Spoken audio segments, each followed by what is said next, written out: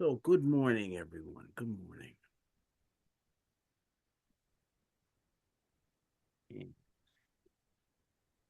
I want to do some introductions, but let's do them at the end. This is Rob's first time with us, so give him a chance to introduce himself. Melissa, we haven't seen you in a while. Welcome. And yeah, yeah, like that. So we'll do those towards the end of today's sitting session. Oh, God, it's snowing hard now. So if you don't like the weather, just wait a minute, right?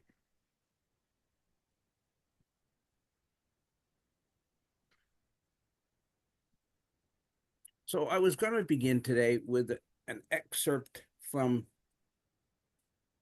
what was probably Steph's.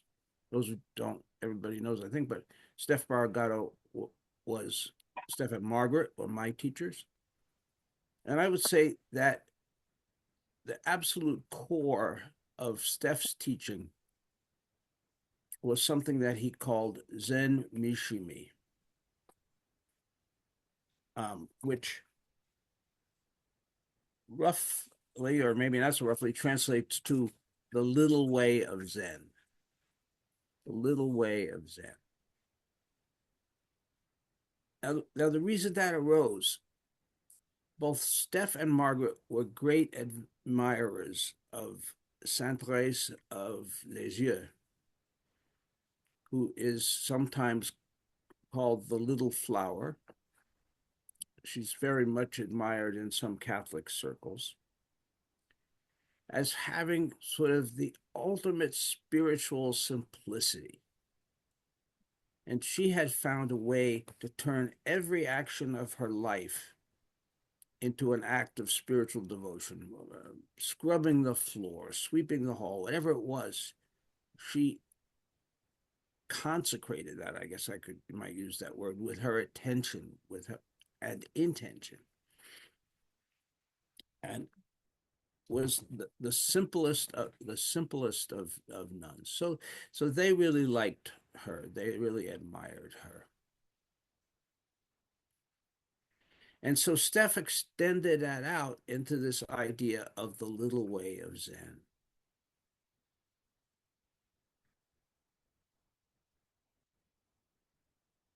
And he had some sub essays in there. He had one on the little way of Chow Chow, for those of you who are familiar with Chow Chow.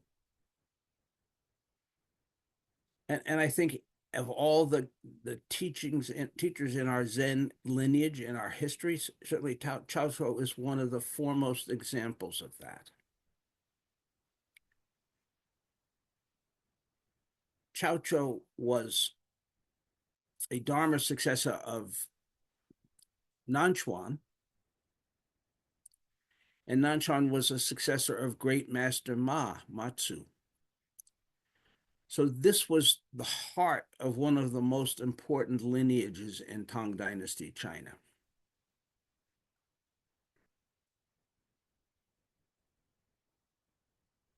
And Matsu was a very imposing man. Matsu was evidently about 7 feet tall. He was one of the first Chinese who came over here to play basketball. And a huge man, very imposing, and had a huge monastery. I think Matsu had about 1,500 students. Hard to even sort of conceptualize that 1,500 students. And Nanchuan, there was he had a number of important successors. Pai Chong was one. Those of you know who the koan about the fox. Pai Chong is Hakujo in Japanese. That was one, and another was Nanchuan. And Nanchuan appears in a number of koans. Very important. And then Nanchuan's successor was Chao Chou. Chao Chou, at his most, had 12 students. He had a tiny little broken down, falling down temple. the roof leaked. And in fact, Chow Chow had a three-legged stool, and one day the stool broke. So he grabbed a piece of firewood and he tied it on. And that's how he repaired his stool.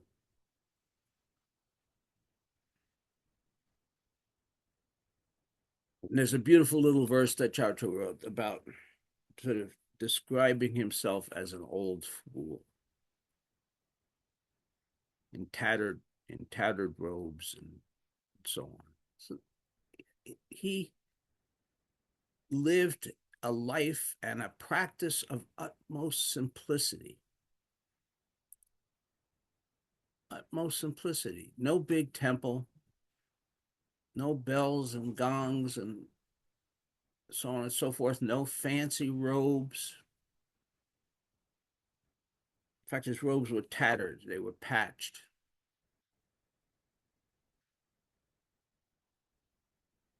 And yet his Dharma, his teaching shone through it in his life to the point that, in spite of his sort of relative obscurity in his own life, he's one of the primary Tang Dynasty teachers that we remember today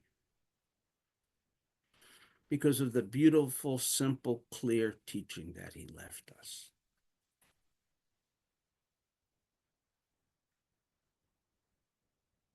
So Zen Mishimi does homage to the simple way of spiritual practice, the unadorned way of spiritual practice. And part of what got me thinking about this recently or last night or whenever it was that I got noodling around as I do sometimes, looking up things. And I discovered all sorts of discussions about the proper colors for Roxus.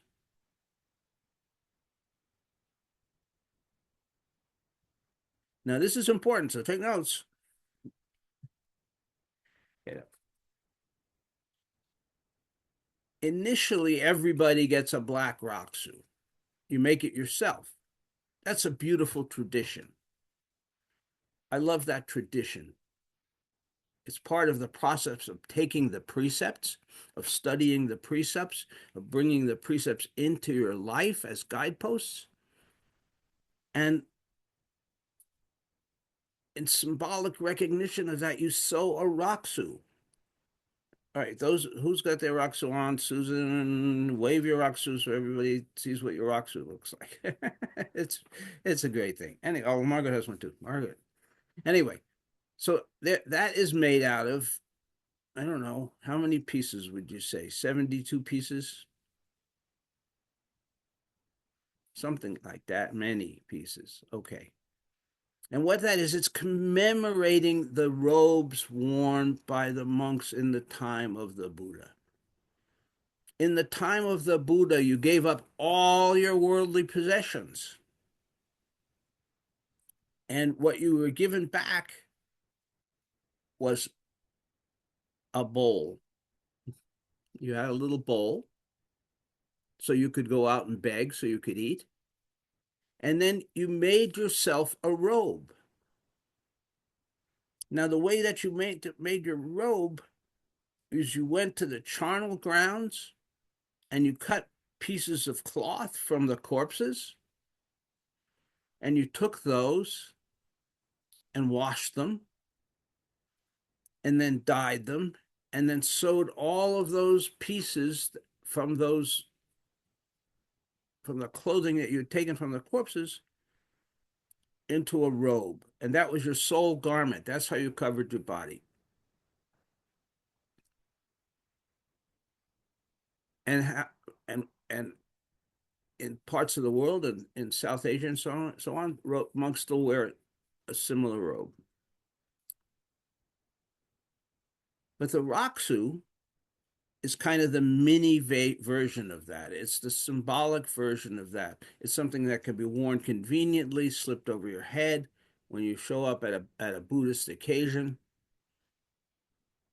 Whereas the robe itself can be quite cumbersome and inappropriate in many circumstances. So the Japanese evolved the little Raksu. But But to commemorate the tradition of sewing the patchwork robe, the Roxus are made out of many pieces of cloth, and there's an elaborate pattern. And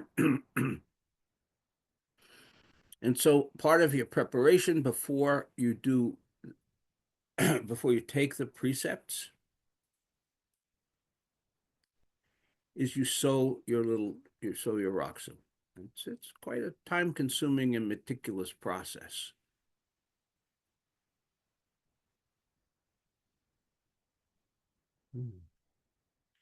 Now, however,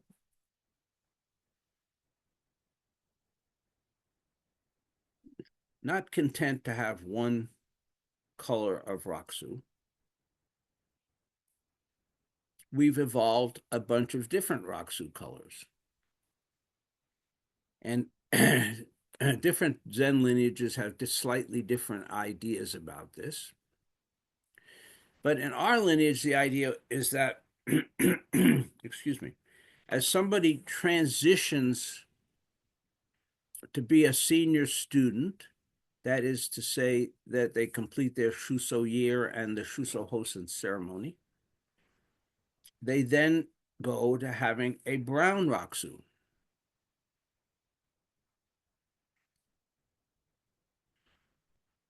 And if they become ordained as a senior priest, go through the Denkai ceremony, they get I guess it's a blue Raksu. Sometimes it looks purple. I don't know, something in that purple blue vein. And then, if you are really adept and you become, I don't know, something Orochi, you can wear a brocade Raksu.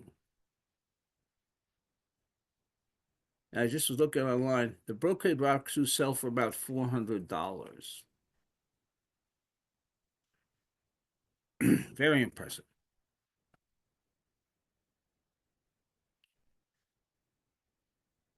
So I find it interesting that as successors of Chow Cho, we evolved these complex systems of different colored Roxus that have essentially absolutely no. The Roxu has the meaning, the colors are really completely irrelevant. But somehow we need to create hierarchy.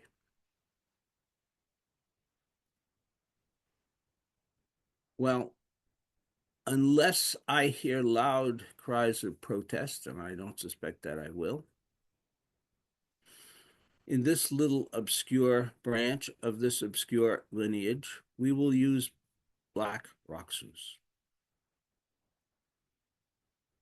You can have a very black Roxu, you can have not so black Roxu, you can have a light black Roxu, but it will be a black Roxu. Because I think we need to avoid that. You know, I think that's part of the silliness in this culture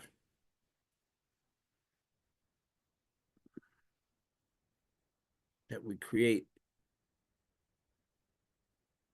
hierarchies and echelons and ranks.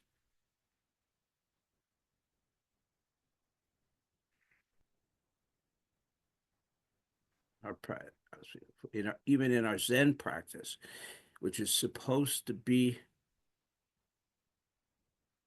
ultimate simplicity, it is supposed to be a lack of hierarchy. But we love these things.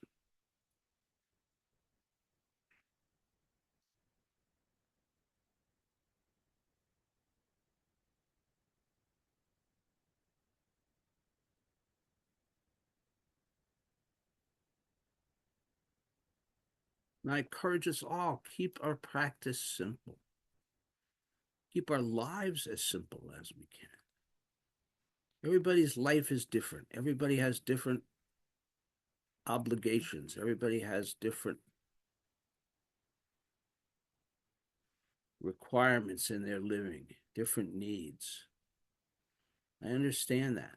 But within that context, I encourage us all to keep our life as simple as possible, to draw from that tradition of Steph Zen Mishimi, from Chow Cho,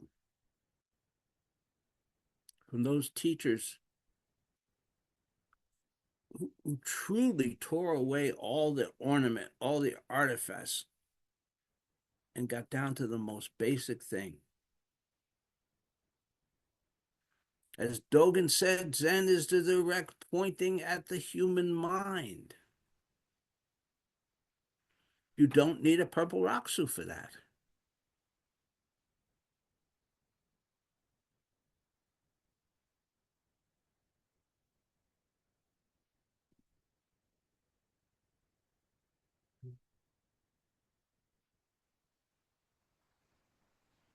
We have such a beautiful, beautiful tradition.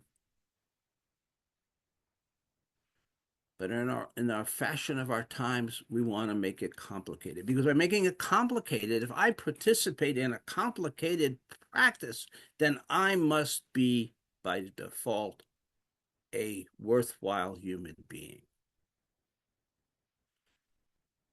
We equate that complication with self-esteem and self-efficacy and so on. And we think we are doing better because we're making things more complicated. We are smarter, we're better, we're whatever.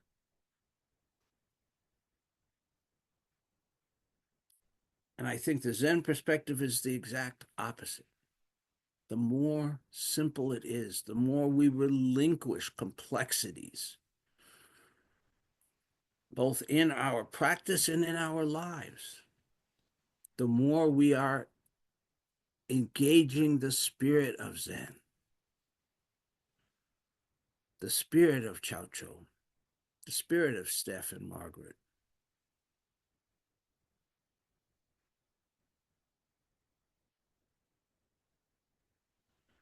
I was also thinking this morning as I was watching everybody kind of fidget around a bit while we were sitting. So back in the day, Jim, did you ever do a Rohatsu at Zen Mountain?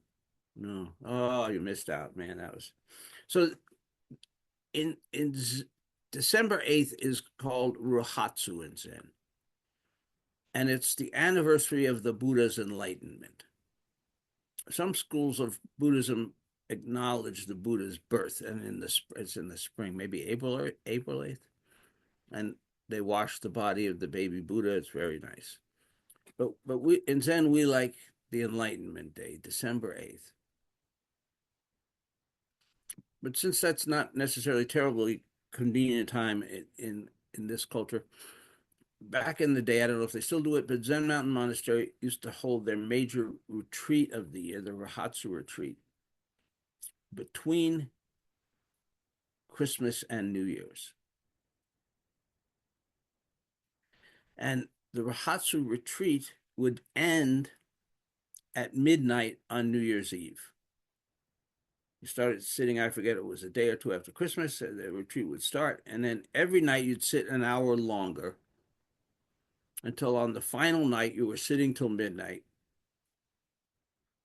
And then at midnight on New Year's Eve, the retreat ended and actually served champagne. This was back in the day. But the thing that I found interesting is that they were so strict about sitting still that you were not allowed to wipe your nose. So here it is late December. You're packed in the monastery for a week or 10 days with 100 people, and everybody has a cold or a flu or some kind of thing, and everybody's nose is running, and you're not allowed to wipe. In fact, if you start to, they scream at you, let it run, let it run,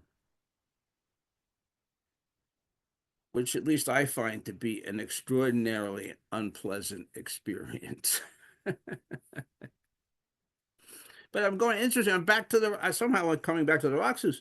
I mean, why would we ever think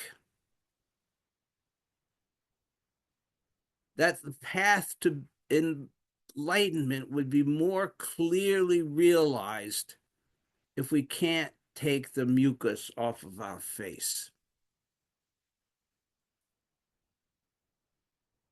Why would we make such a rule? Well, in part I understand. I mean, like again watching you all fidget this morning, and there were only whatever there are here, 15 or so folks, and so if we multiply that by 100, and everybody's fidgeting, the Zendo can be pretty chaotic. So I guess they had to draw the line somewhere.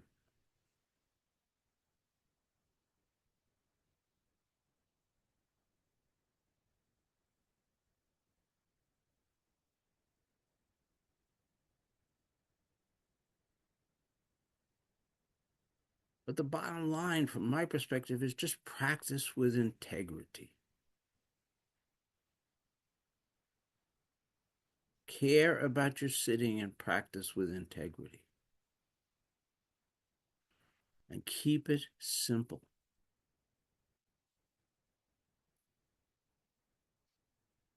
Keep it simple.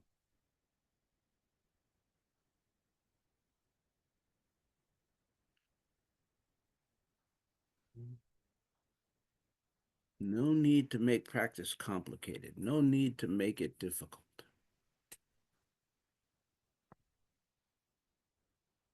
Integrity and simplicity. And a box of tissues if it's February.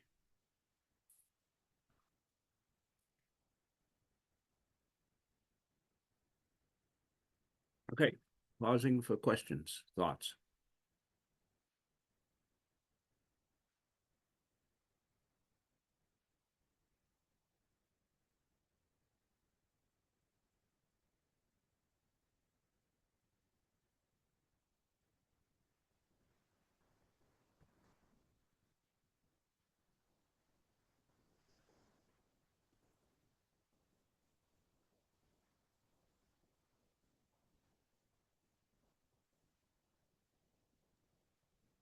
Well, Peter, I have a question which is maybe off the mark from the central topic of your talk, but you quoted Dogen as saying Zen is pointing directly at the mind.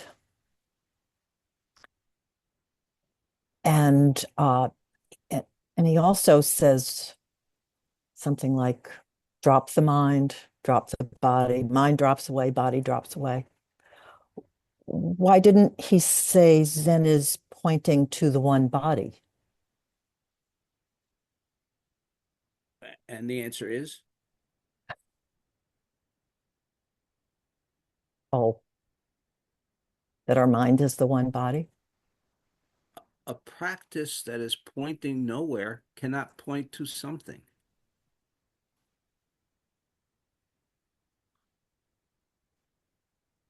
As soon Practice as you that said pointing to the one body, you now created a thing, a thing that is the one body, right? And the one body is not a thing. The one body cannot be grasped, it cannot be held, it cannot be known.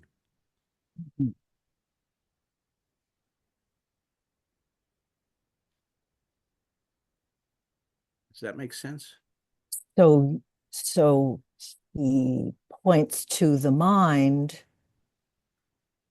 with the intention of dropping it, letting go.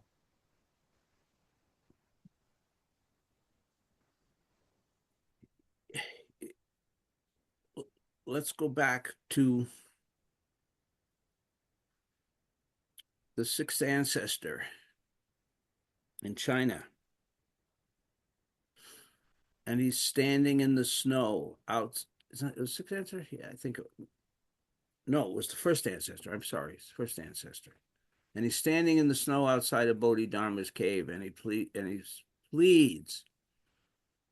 He pleads.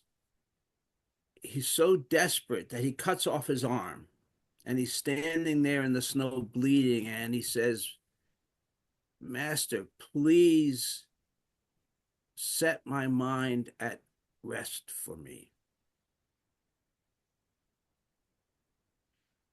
And Bodhidharma says, bring me your mind and I'll set it to rest for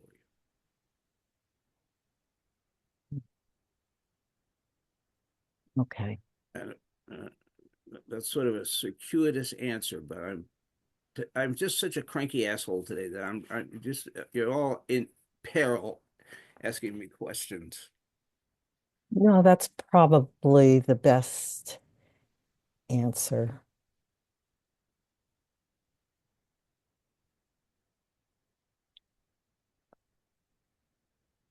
It's hard to let go of thinking of the mind as the brain or the thoughts. Yeah, I mean, if you've ever gone through that, go through the exercise sometimes. Like sit there while you're doing zazen and try to find yourself. True. Right? It's an exercise in futility. And also, you might say in simplicity, but sure isn't really simple. What isn't really simple? Uh, uh, letting go, dropping your mind, uh, and trying to find who you are. Well, it is simple, but we make it complicated.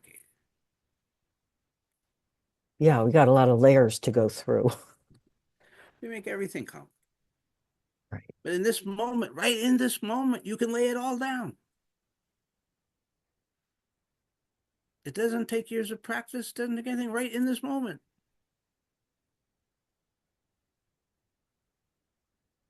You can be fully present to the reality of who you really are. We all can.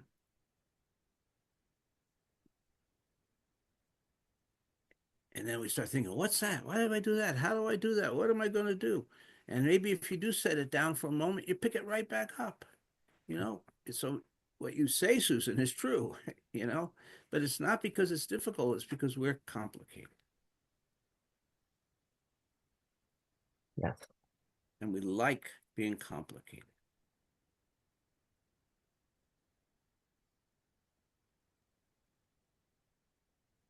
Thank you. That we do.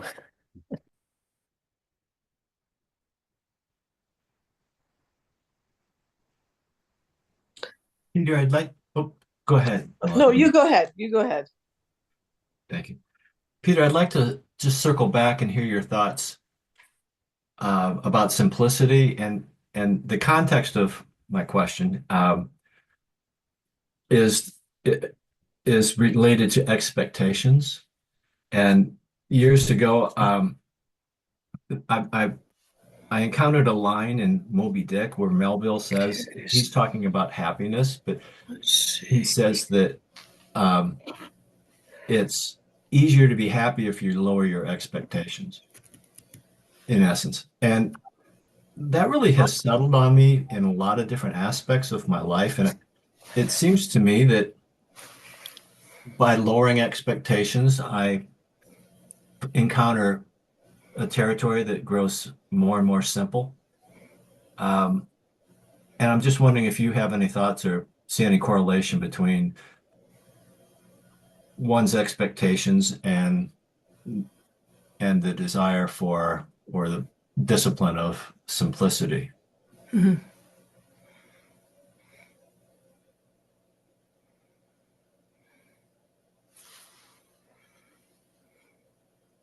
It's interesting. I think one of the consequences of aging is that we naturally start to lower our expectations. And the more that we lower our expectations, the more our life is now aligning with what we would like our life to be. Right? All along, we have these ambitions, these expectations, these things. We're trying to get higher, better, more, blah, blah, blah. And yeah, I mean,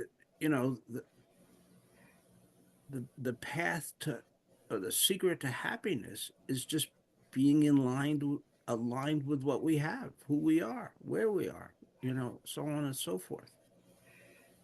If our cup is constantly half empty, we can never experience, and I don't know if we could get into whether the happiness is the right word, but contentment or peace or any of those things. Those all exist beyond our grasp because we're constantly reaching, constantly reaching.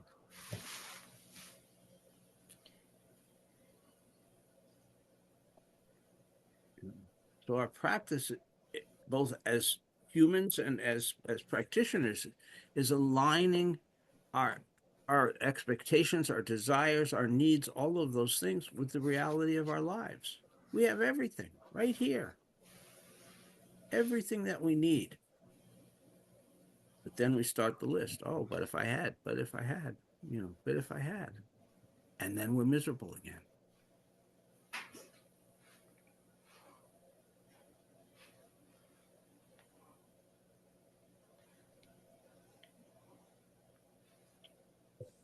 This is kind of, I think you may have in some part answered what my question was, which is what do we get out of complicating things? I mean, I complicate everything all the time. It's the way the brain works, for me. I've never met a problem I couldn't make more complicated. And so what do we get out of that? Why is that drive so strong? That's anyway. You can riff on that. Thank you. Excuse me. I think that's a very strong cultural desire. Our culture teaches us that we need things. We are the culture of the hungry ghost. How many times do you meet somebody who has enough? Doesn't matter what they have. They've got 17 cars in the garage, but boy, that 18th car is going to be a nice one. We're always, to a certain extent, by our culture, conditioned to want more.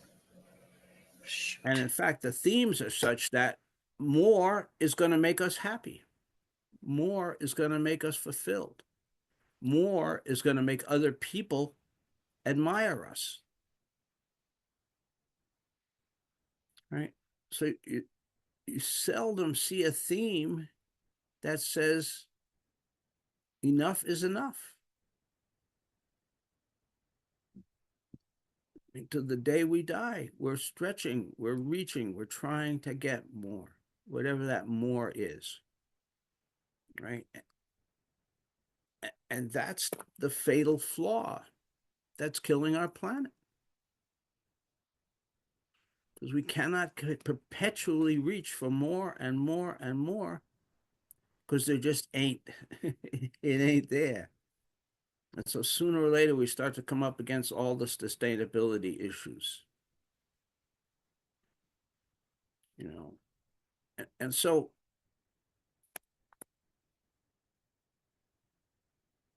the fact that we have a climate crisis is not out of context. We take it out of context. But the context is our needs, our desires. If we are insatiable, if we can never have enough, then we can do all the environmental mitigation that we want, but the problems are just going to perpetuate and get worse, right? It's the hunger. It's the hunger. So what's that from? Hungry. Why are we hungry ghosts? Why does the hungry ghost exist, right? Okay, the hungry ghost is this Buddhist archetype, if we will, of a being whose neck is so tiny that they can never eat enough to fulfill themselves. Right? So the hungry ghost is always stuffing things in, and is still hungry. It's never able to satiate itself. It's never able to feel comfortable. Well, we are the culture of the hungry ghosts. We never have enough. No matter how much we have, we never have enough. Look at where this is taking us now. There are people who are worth $200 billion who don't have enough, whatever that number is, right? Astronomical numbers that we cannot even conceptualize. And yet it's not enough. Boy, if there was ever a definition of insanity. But it goes down to all of us. We're all caught in that same web. Never enough, never enough. So what we've got to learn to do is to have enough. We've got to learn to do is to be content with and live with and experience what's right before our eyes, and we don't need more.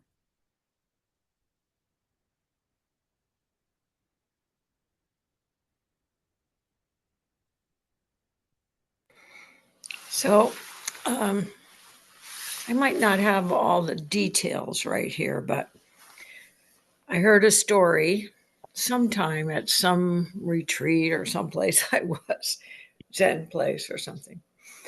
And I believe it involved hungry ghosts. So you picture this room with a long dining table and all these hungry ghosts sitting along the table. And they're in the first picture, they're just constantly, can't get enough feeding themselves. In the second picture, same table, creatures all along the sides, but their arms are so long they can't feed themselves because they can't get their arm in close enough to eat. The next scene is the same table. And in that scene, they're finally satisfied because their arms are long enough to feed the person across the table. And they're feeding each other. I just like that image of how to be.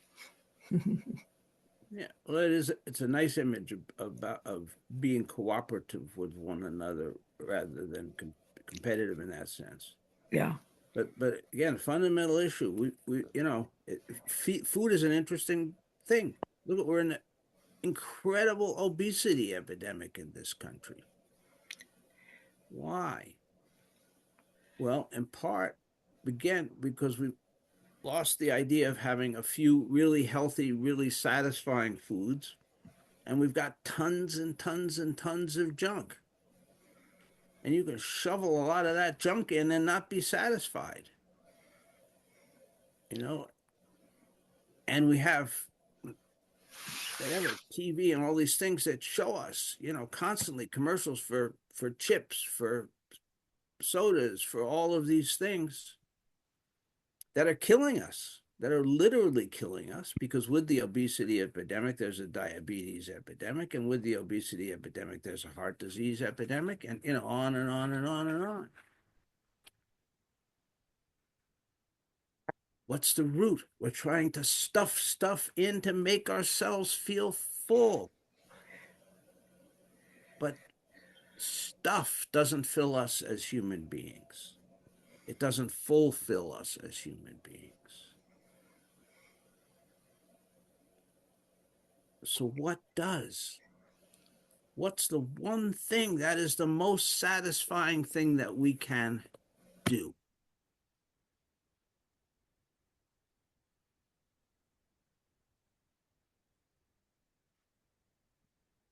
Yeah. Yes, Nashua, please. I'm pretty sure you know this answer.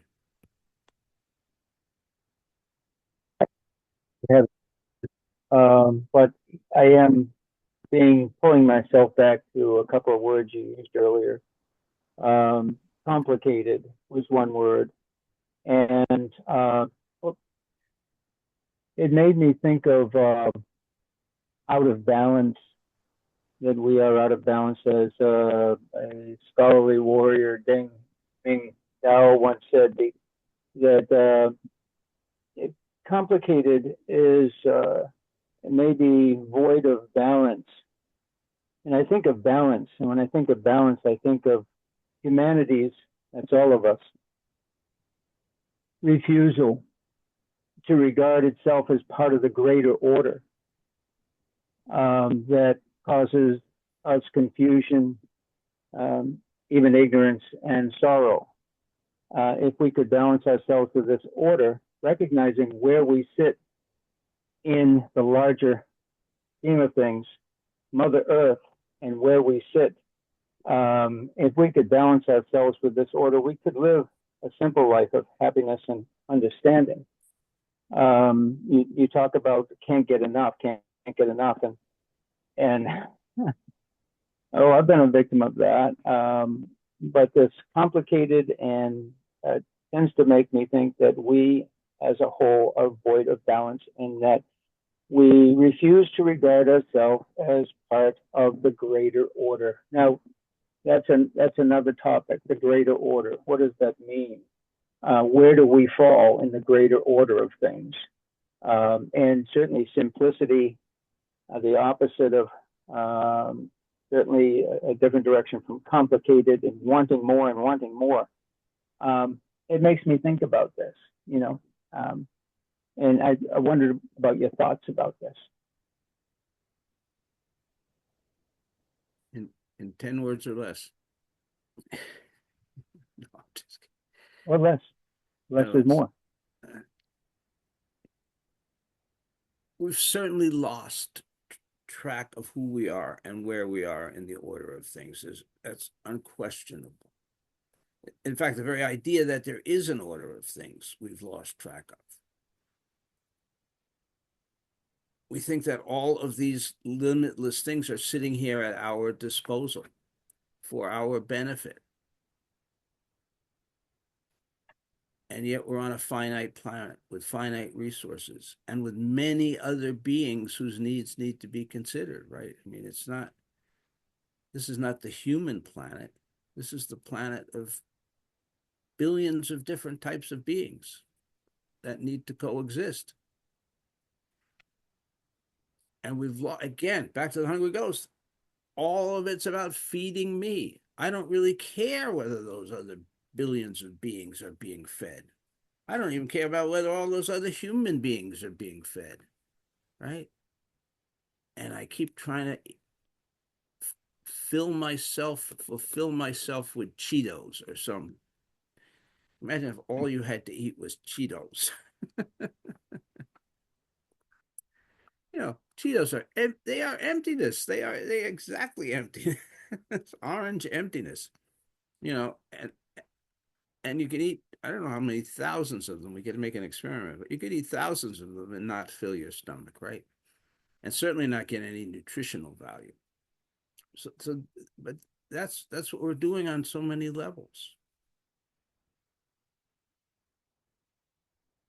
When we're being simple, we're filling ourselves with the real stuff. What's the real stuff? The thing I was looking for, and Rob gave a really nice answer, you know, the real stuff is service to others. That's what fills us. That makes us whole. Is not what I can do for myself, but what I can do for you. What I can do for the world. After that meal, I feel satisfied. But there's no meal that I can feed myself for my own ego purposes that's going to give me that. That's the fundamental lesson that we need to learn as a country, as a culture, as a people, and as individuals. The real satisfaction in life comes from helping others. Our community, our families, right? Our colleagues, whatever context it is. You know, or our higher power. That's what Santa Teresa was doing. She was constantly giving service to her higher power. So serving is the real substance of our lives.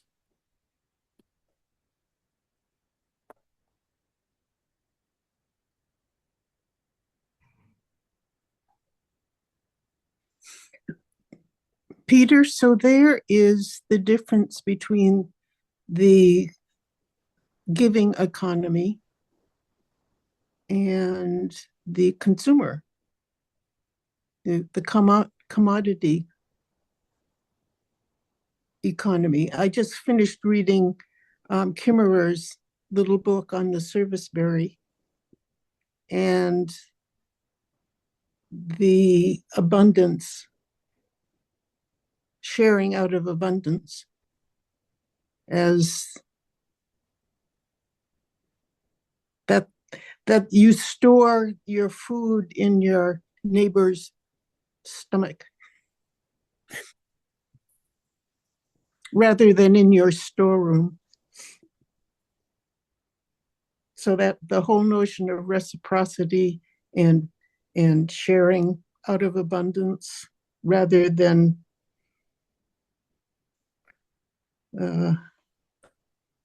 making everything into a commodity, I think is very much in line with what you're talking about.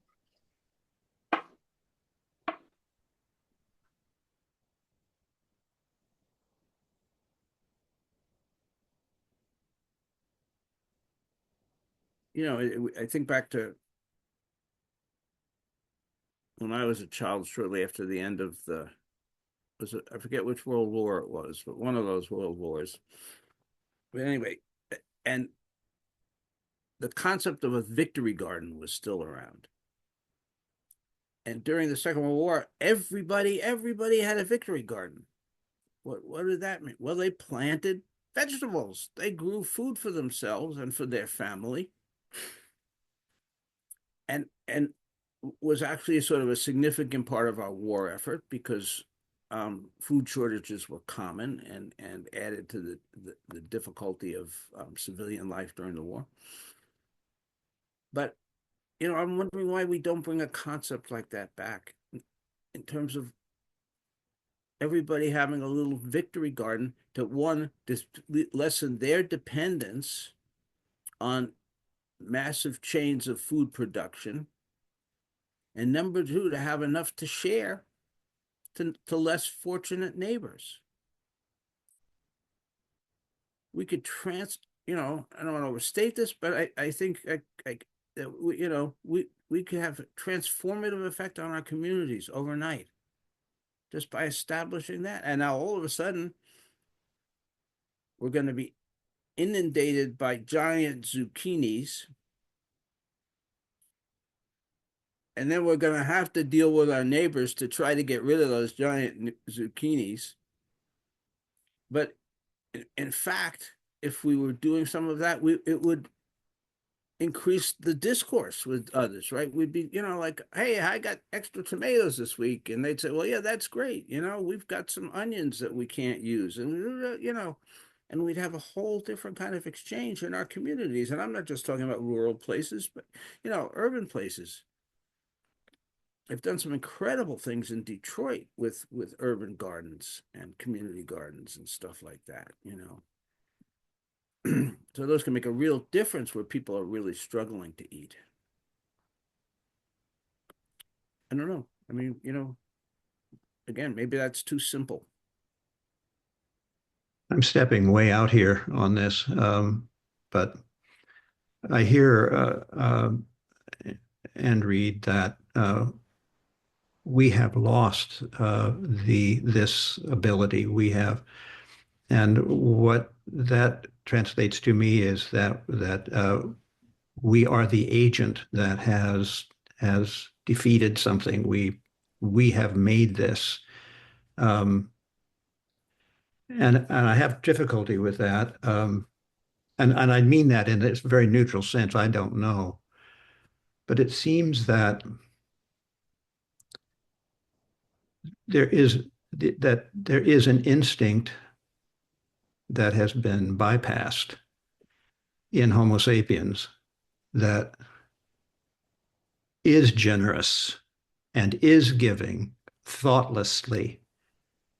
And so consequently, victory gardens and Zen are a way of defeating a lack of instinct, defeating a lack of good instinct. And I think we need that as human beings. I think we need to supplant what is missing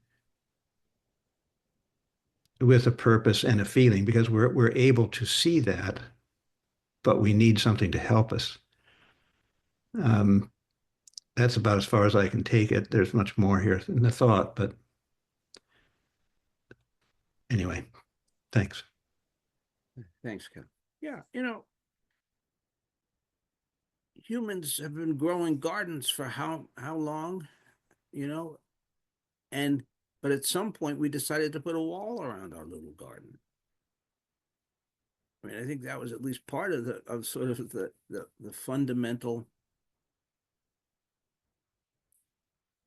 era. Wasn't it, we were growing, the food was being grown and the community was participating. One of the interesting, this is a sidelight, but it's sort of a relevant sidelight, is that, in studying hunter-gatherer cultures, what they've discovered is that 90% of the food was not produced by the men hunting, but by the women gathering, and growing.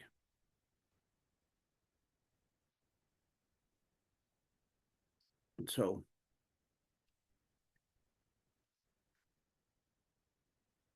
we've lost that. Everything's mine, yours, and that, as soon as we do that, we create scarcity.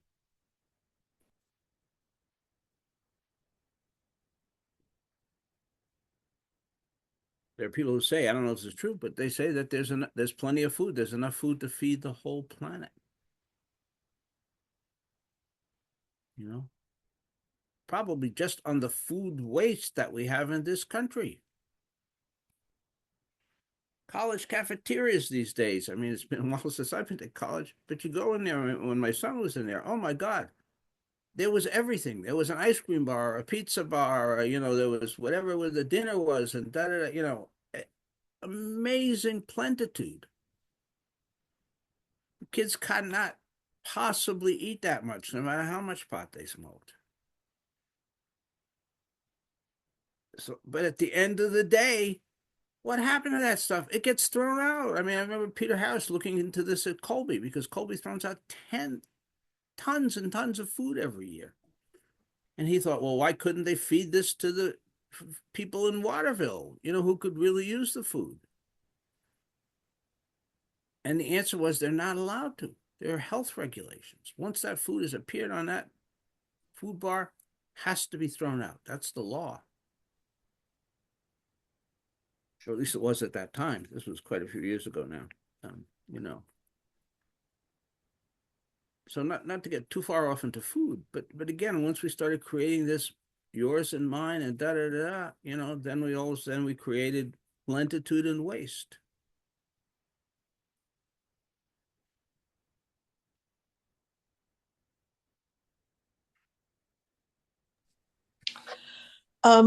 When you ask the question of what's the one thing, helping others, it didn't exactly come to mind, but what came to my mind was connecting with others and feeling part of that connection with everybody. And that I feel like is also one of the things that we struggle with in this culture, is this connection that we live in abundance. Not that many people need a lot of material help. I mean, some people do, but it's difficult to know how to insert yourself into that sometimes. And but the connection seems very, very difficult to foster and to develop. And I feel like that's maybe just as important. I don't know.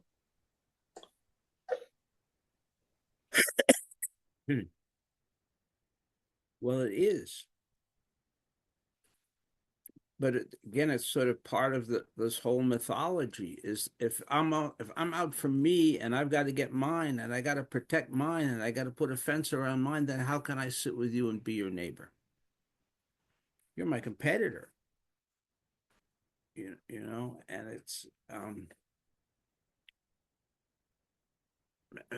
some of you at least have had the experience of going to the Common Ground Fair, right? And for those who are not here in Maine or don't know what the fair is, it's a true agricultural fair slash harvest festival that's put on by the Organic Farmers and Gardeners Association every year in September. And it's hugely popular.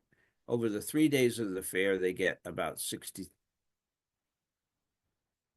odd thousand people for the fair. Now, why am I mentioning that? If you're a fair goer, you don't see this, but if you work at the fair, then you get to participate in the common kitchen. And they have a huge kitchen area that's set up, and then a huge area with tables to sit at. And if you've been a volunteer or worker at the fair, you get a ticket to come eat in that common kitchen. And they put together these wonderful meals, very simple, wonderful meals that they make for hundreds of people. And then they got these long tables, and you grab your fork and spoon and you grab your bowl and you get some food, and then you go sit down with everybody, random people, who knows, you know. And there's the most amazing sense of community. You know, you get your soup bowl or soup or whatever it is, and a hunk of bread and a little salad, and you're sitting down, and just this idea that people are coming together. They've been there for the day and they've been working, and now they're, you know, kind of breaking bread together. We've lost that. To me, that's the best aspect of the fair. I love going there and volunteering just to get my meal ticket, you know? But to be part of that community, be part of the community.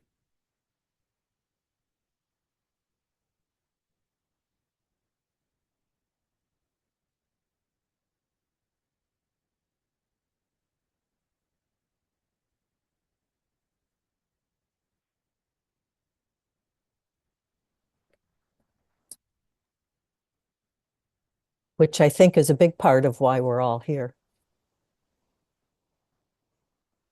To get meal tickets for the fair. Yes, we like the brunch you serve, Peter. All